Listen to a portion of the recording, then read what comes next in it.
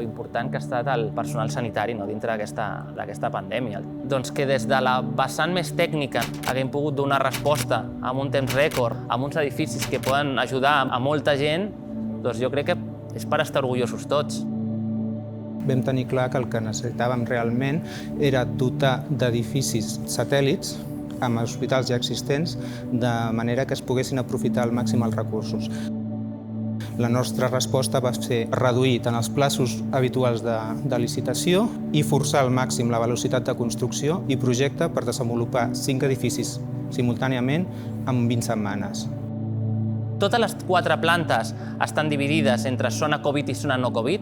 A la planta baixa trobem la zona de PCR, la recepció, la sala d'espera dels pacients.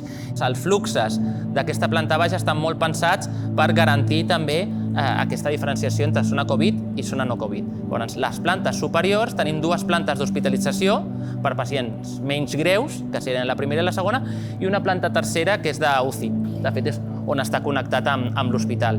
Aquesta passarel·la és molt important per l'edifici perquè amb un funcionament hospitalari el que ha d'estar connectat i ha de poder donar servei per quan hi hagi usuaris, pacients que tinguin empitjoraments. És una passarel·la que realment ha de tindre poc ús, la gent no ha de passar de manera normal, però sí que ha de permetre que en cas d'emergència qualsevol pacient de l'hospital pugui passar al polivalent o dels espais polivalents puguin passar a l'hospital. Un edifici assistencial no pot estar aïllat, ha d'estar comunicat per poder aprofitar tots els avantatges de l'edifici gran i al revés.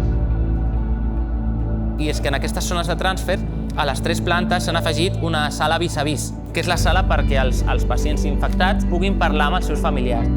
Tot i que no us sembli, està fet a mòduls. Això és molt important i ha condicionat molt el projecte i s'han pensat inclús els acabats per poder combinar aquesta construcció off-site i aquesta construcció aquí a l'emplaçament. Lleida en si és una ciutat que utilitza molt la ceràmica i hem volgut que tota aquesta base, que és el contacte de l'edifici amb l'usuari, sigui tota de ceràmica. Aquests jocs d'entrades i sortides de la façana volen potenciar que no és un cos sòlid que es col·loca allà i tanca, sinó que és des de la plaça tu veus com part del paisatge aquesta gran façana. A nivell interior s'ha volgut utilitzar materials amables, hem utilitzat materials continus en paviment però amb uns colors verds o grisos. S'ha introduït la fusta, inclús les fotografies per donar aquesta humanització. Les instal·lacions d'aquest edifici són molt complexes i molt completes. Tota la maquinària important està organitzada a la planta coberta. El primer dia era una bogeria. L'hem de dissenyar, construir i equipar en 4 mesos i mig. Tothom teníem els nostres dubtes, però tothom tenia moltes ganes. El projecte es treballa paral·lelament a l'execució de l'obra.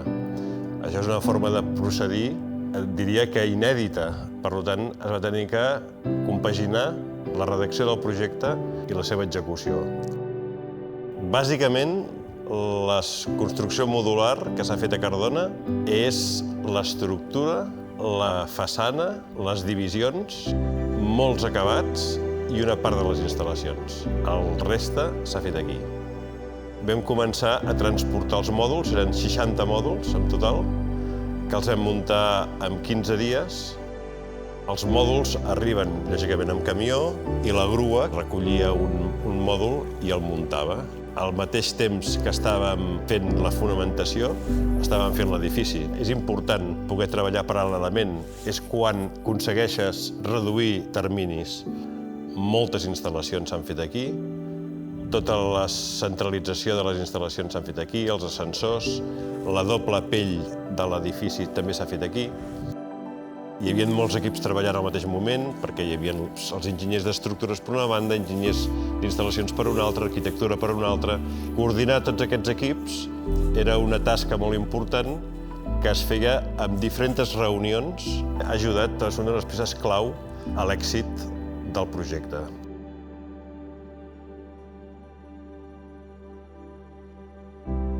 En una primera fase, aquests espais polivalents donen resposta a la pandèmia per Covid, però ja es dissenyen pensant en un ús futur. L'avantatge d'aquest edifici és que és molt polivalent i se pot anar modificant segons les necessitats.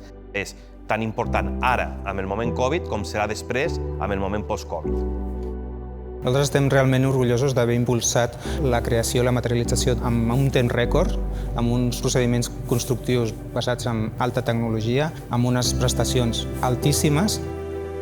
Tothom ha posat el màxim d'ell mateix, treballant moltíssim, molt satisfets. Ha sigut una cosa única, hem viscut una experiència única, mai més tornarem a viure una cosa així i és allò que podrem explicar als nets.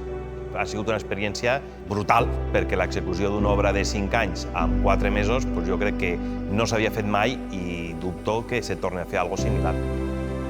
Veure com ens hem posat d'acord des del client amb CatSalut fins a l'hospital, fins la constructora, els arquitectes, els enginyers, la gent que hi treballava, tothom hem empujat perquè això sortís i la veritat és que la valoració és superpositiva. A CatSalut, òbviament, estem contentíssims de la feina realitzada. Ens ha ajudat molt a formar un gran equip a dins i ens ha donat una gran energia per continuar treballant al sistema sanitari català.